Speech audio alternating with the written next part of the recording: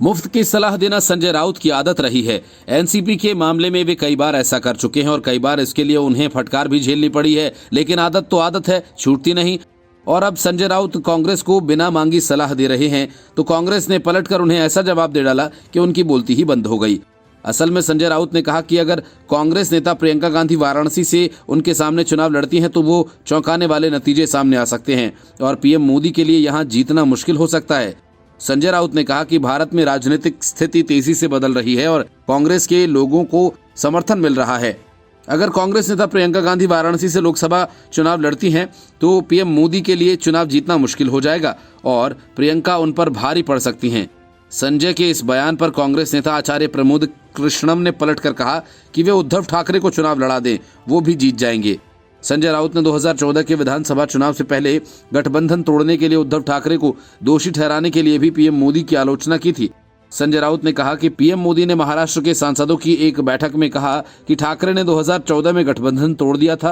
वो झूठ बोल रहे हैं क्योंकि महाराष्ट्र में सभी जानते हैं कि तत्कालीन भाजपा नेता एकनाथ खडसे ने ठाकरे को फोन किया था और उन्हें गठबंधन तोड़ने के भाजपा के फैसले की जानकारी दी थी। लोकसभा चुनाव करीब है, ऐसे में अटकलें लगाई जा रही हैं कि प्रियंका गांधी भी इस बार लोकसभा का चुनाव लड़ेंगी। उनके पति रॉबर्ट वाड्रा ने हाल ही में कहा था कि प्रियंका गांधी को निश्चित रूप से लोकसभा में होना चाहिए। उनके पास सभी योग्यताएं हैं, वो बहुत अच्छी सांसद होंगी, उन्हें संसद में रहने का हक है। मुझे लगता है कि कांग्रेस पार्टी उन्हें स्वीकार करेगी और उनके लिए बेहतर योजना बनाएगी। अभी तक कांग्रेस पार्टी ने प्रियंका गांधी को लेकर ऐसी किसी भी तरह की घोषणा नहीं की है। प्रियंका गांधी वाड्रा चुनाव लड़ें, इसका इंतजार तो बीजेपी को भी बेसब्री से है। बीजेपी सांसद मीनाक्षी लेखी ने कहा कि उन्हें प्रियंका गांधी वाड्रा के चुनाव लड़ने का इंतजार है क्योंकि तब उन्हें अपने और अपने पति की संपत्ति का ब्यौरा देना होगा और हमें उसका इंतजार रहेगा। Bureau report, news of India. Ajit Pawar के साथ सीक्रेट मीटिंग और फिर शरद पवार की सफाई के बावजूद विपक्षी दल उन पर भरोसा नहीं कर पा रहे हैं। वजह शरद पवार की अब तक सियासत का ट्रैक रिकॉर्ड यही रहा कि वे जो कहते हैं वो करते नहीं और जो करते हैं उसका पता कर गुजरने के बाद लगता है। यही वजह है कि सहयोगी दल उन पर भरोसा नहीं कर पा रहे। शरद पवार और उनके भतीजे अजीत पवार की सीक्रेट मीटिंग को लेकर शरद पवार ने अपना रुख स्पष्ट कर दिया, लेकिन इस बीच महाविकास अघाड़ी गठबंधन के अन्य दलों ने सवाल उठाना शुरू कर दिया। इसी कड़ी में संजय राउत ने इस मुलाकात पर सवाल उठाए। संजय राउत ने कहा कि इस तरह की मुलाकात भ्रम पैदा कर रही है, सब कुछ साफ साफ होना चाहिए, आम जनता भी भ्रमित है। शरद पवार ने इस सीक्रेट मीटिंग पर उठ रहे सवालों का जवाब देते हुए कहा, ये मीटिंग पारिवारिक थी, पवार खानदान में वो एक पिता की तरह हैं। महाराष्ट्र के सियासी गलियारों में इस मुलाकात को लेकर कई सारे कयास लगाए जा रहे हैं। क्या शरद पवार अपने भतीजे अजीत पवार को मनाने की कोशिश कर रहे हैं? क्या शरद पवार भी एनडीए का हिस्सा बन सकते हैं? सवाल इसलिए कि अब तक शरद पवार ने अजीत पवार गुट के खिलाफ कोई कड़ा एक्शन नहीं लिया और लगता नहीं कि वे ऐसा करेंगे। मतलब साफ है कि शरद पवार चाहते हैं कि उनकी ही पार्टी के विधायक एक तरफ सत्ता का सुख भोगें और दूसरी तरफ विपक्षी गठबंधन का हिस्सा बने रहें। लेकिन शरद पवार का ये खेल कब तक चलेगा, अनुमान तो सहयोगी दल भी नहीं लगा पा रहे। लोकसभा चुनाव होने में अभी वक्त है। माना जा रहा है कि ऐन मौके पर ही शरद पवार कोई निर्णय लेंगे, कोई कदम उठाएंगे। तब तक ऐसा ही चलता रहेगा। हालांकि सभी कयासों से इनकार करते हुए शरद पवार ने कहा कि उनकी पार्टी बीजेपी का साथ नहीं देगी। हालांकि कुछ शुभचिंतक उन्हें इसके लिए मनाने की कोशिश कर रहे हैं। उन्होंने कहा कि एनसीपी के राष्ट्रीय अध्यक्ष के रूप में वो ये स्पष्ट कर रहे हैं कि उनकी पार्टी बीजेपी के साथ नहीं जाएगी। भाजपा के साथ कोई भी जुड़ाव एनसीपी की राजनीति नीति में फिट नहीं बैठता। हम में से कुछ लोगों ने एक अलग रुख अपनाया। शरद पवार ने कहा कि अब हमारे कुछ शुभचिंतक ये देखने की कोशिश कर रहे हैं कि क्या हमारे रुख में कोई बदलाव हो सकता है। यही कारण है कि वे सौहार्दपूर्ण चर्चा करने की कोशिश कर रहे हैं। इसके अलावा उन्होंने अजीत पवार के साथ हुई मीटिंग को लेकर कहा कि अजीत पवार के साथ मेरी मुलाकात गुप्त नहीं है, वो मेरे भतीजे हैं और मैं परिवार का सबसे वरिष्ठ हूँ, इसमें कुछ भी गलत नहीं है। Bureau report, news of India. Rahul Gandhi के करीबी रणदीप सिंह सुरजेवाला ताबड़तोड़ इतने चुनाव हारे कि 2029 में चुनाव लड़ने से ही इनकार कर दिया। अब 2024 में फिर लोकसभा के चुनाव होने हैं तो पुरानी हार का दर्द एक बार फिर उभर कर सामने आ गया। इस बार उन्होंने अपनी भड़ास वोटर्स पर ही निकाल दी। हरियाणा में 2019 में कांग्रेस एक भी सीट नहीं जीत पाई थी। इस बार वो कम से कम चाहेगी कि उसका खाता तो खुल ही जाए। कांग्रेस जोर शोर से चुनाव की तैयारी में जुट गई है, लेकिन वोटर्स को लेकर रणदीप सुरजेवाला ने ऐसा कह डाला कि कहीं कांग्रेस को लेने के देने ना पड़ जाएं। कैथल में कांग्रेस की जनाक्रोश रैली हुई, जिसमें रणदीप सुरजेवाला ने बीजेपी और जेजेपी पर जमकर निशाना साधा। सुरजेवाला ने जनाक्रोश प्रदर्शन में कहा कि जो लोग बीजेपी और जेजेपी को वोट देते हैं और बीजेपी समर्थक हैं, वो राक्षस प्रवृत्ति के हैं। मैं महाभारत की इस भूमि से आज उन्हें श्राप देता हूं। मतलब ये कि बीजेपी को वोट देने वाले सारे लोग राक्षस हैं। सुरजेवाला के इस बयान को लेकर सियासी घमासान शुरू हो गया।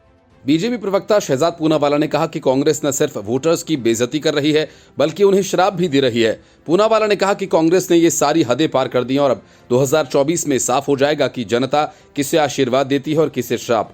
कांग्रेस सांसद के बयान पर हरियाणा के सीएम मनोहर लाल ने प्रतिक्रिया दी। उन्होंने कहा कि केवल राक्षस प्रवृत्ति के परिवार में जन्मा व्यक्ति ही ऐसी अभद्र भाषा का इस्तेमाल करने के बारे में सोच सकता है। मुझे लगता है कि ये असंसदीय भाषा है। हम इस पर जरूर संज्ञान लेंगे।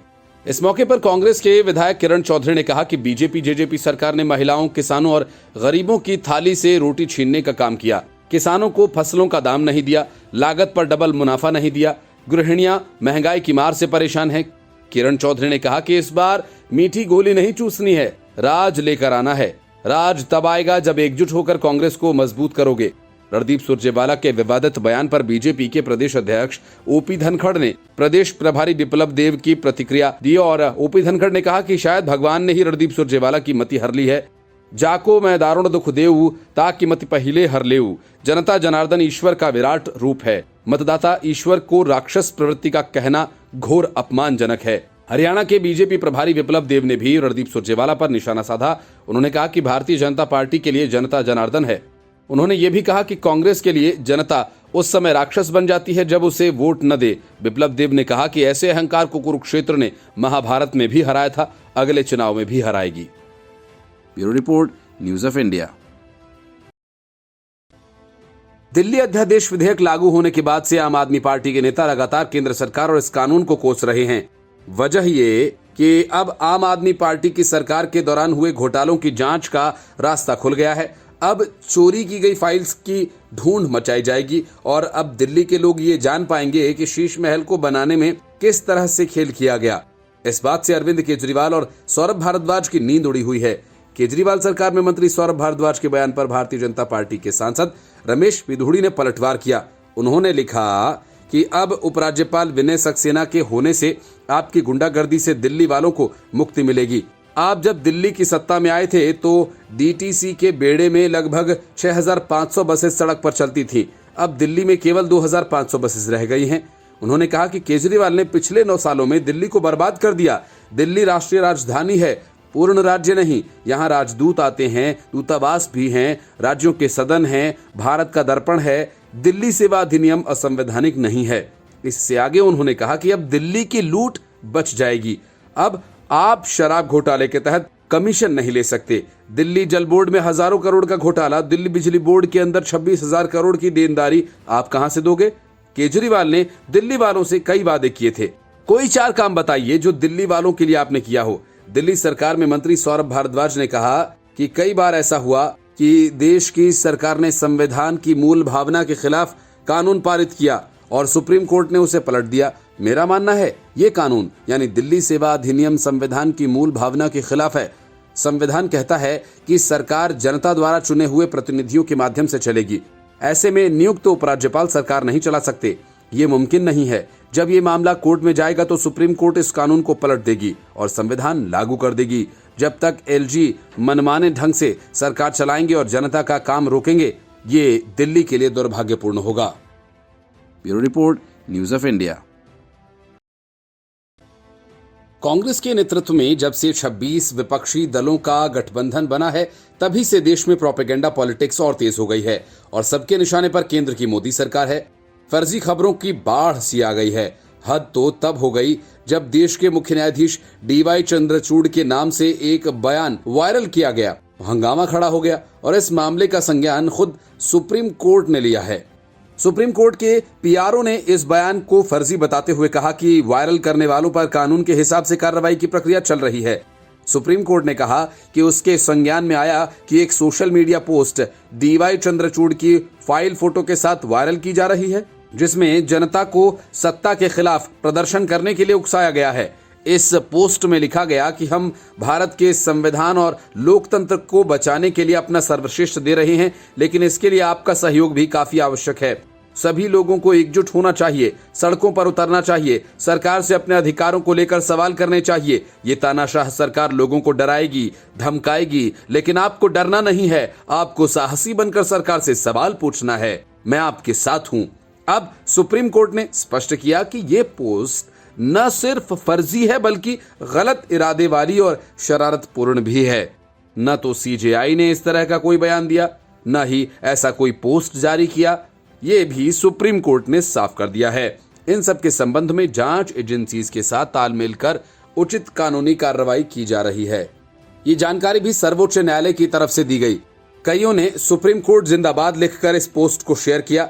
सुप्रीम कोर्ट के सेक्रेटरी जनरल अतुल कुरहेकर ने कहा कि हिंदी और अंग्रेजी दोनों ही भाषाओं में व्हाट्सएप के माध्यम से सीजेआई डीवाई चंद्रचूड़ के नाम से यह बयान शेयर किया जा रहा है, जो कि पूरी तरह से फर्जी है। सॉलिसिटर जनरल तुषार मेहता ने भी इसे फर्जी बताते हुए कहा कि इस मामले में कड़ी कार्रवाई की जाएगी। उन्होंने कहा कि कोई सीजेआई ऐसा नहीं करेगा। खासकर डीवाई चंद्रचूड़ जैसे प्रेरक मुख्य न्यायाधीश से साफ हो गया है कि इस मैसेज को मोदी विरोधी एजेंडे के तहत शेयर किया जा रहा है। Bureau report, news of India. Mumbai में होने वाली विपक्षी दलों की बैठक से पहले गठबंधन में शरद पवार को लेकर हंगामा खड़ा हो गया है। पहले उद्धव ठाकरे की पार्टी ने शरद पवार पर सवाल उठाए, तो उसके बाद कांग्रेस और अखिलेश यादव की पार्टी ने भी पवार की निष्ठा पर सवाल खड़े कर दिए। विपक्षी दलों को लगने लगा कि उनके गठबंधन की सबसे कमजोर कड़ी पवार बन गए हैं, जिसका खामियाजा गठबंधन को उठाना पड़ेगा। अजीत पवार के साथ हुई गुप्त मीटिंग को लेकर शरद पवार की सफाई किसी के गले नहीं उतर रही, क्योंकि अगर मामला परिवार का होता या चाचा भतीजे की बातचीत का होता तो अजीत पवार इस तरह से चोरी छिपे नहीं आते। अजीत पवार प्राइवेट नंबर की कार से आए और मीडिया की नजरों से बचकर निकल गए। ये बात विपक्षी दलों को परेशान कर रही है। कांग्रेस में भी पवार को लेकर खलबली मच गई है।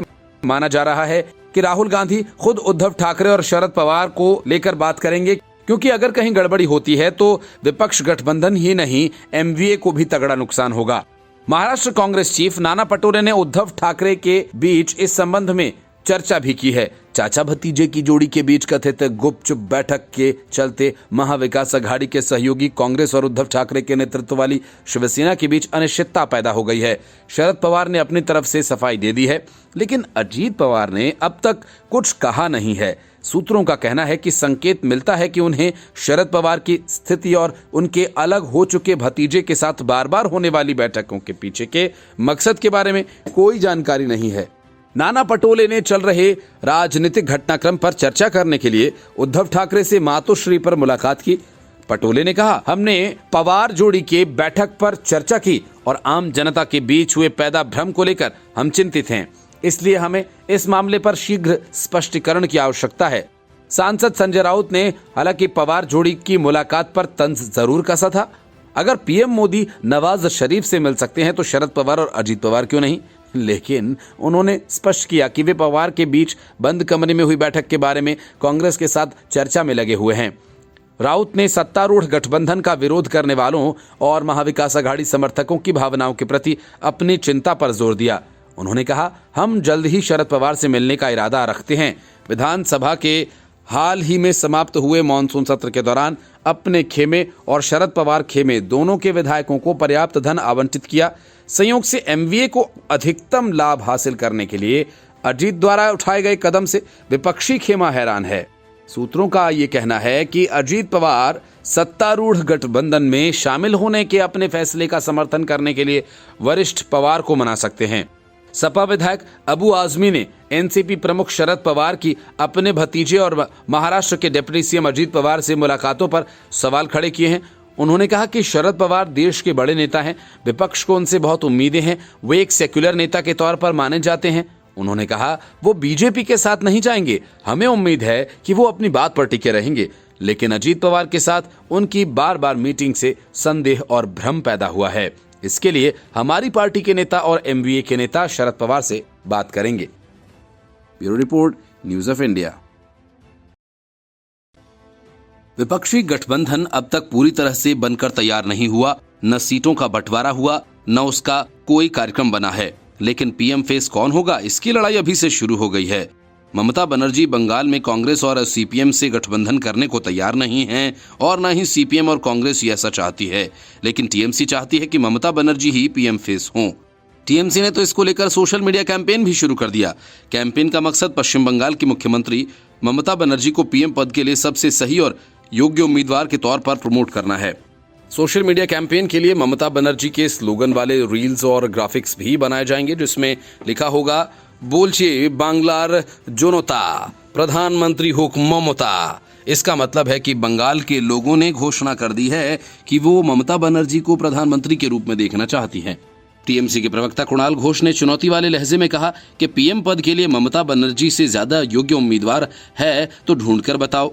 अब सवाल यह है कि क्या विपक्ष 26 ममता बनर्जी की दावेदारी पर अपनी मुहर लगाएगा?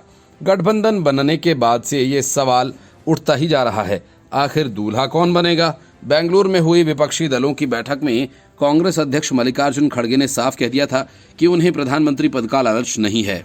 अब टीएमसी इस मामले में खुलकर सामने आ गई है। टीएमसी नेताओं ने डिजिटल वॉरियर्स को इस काम में लगा दिया है।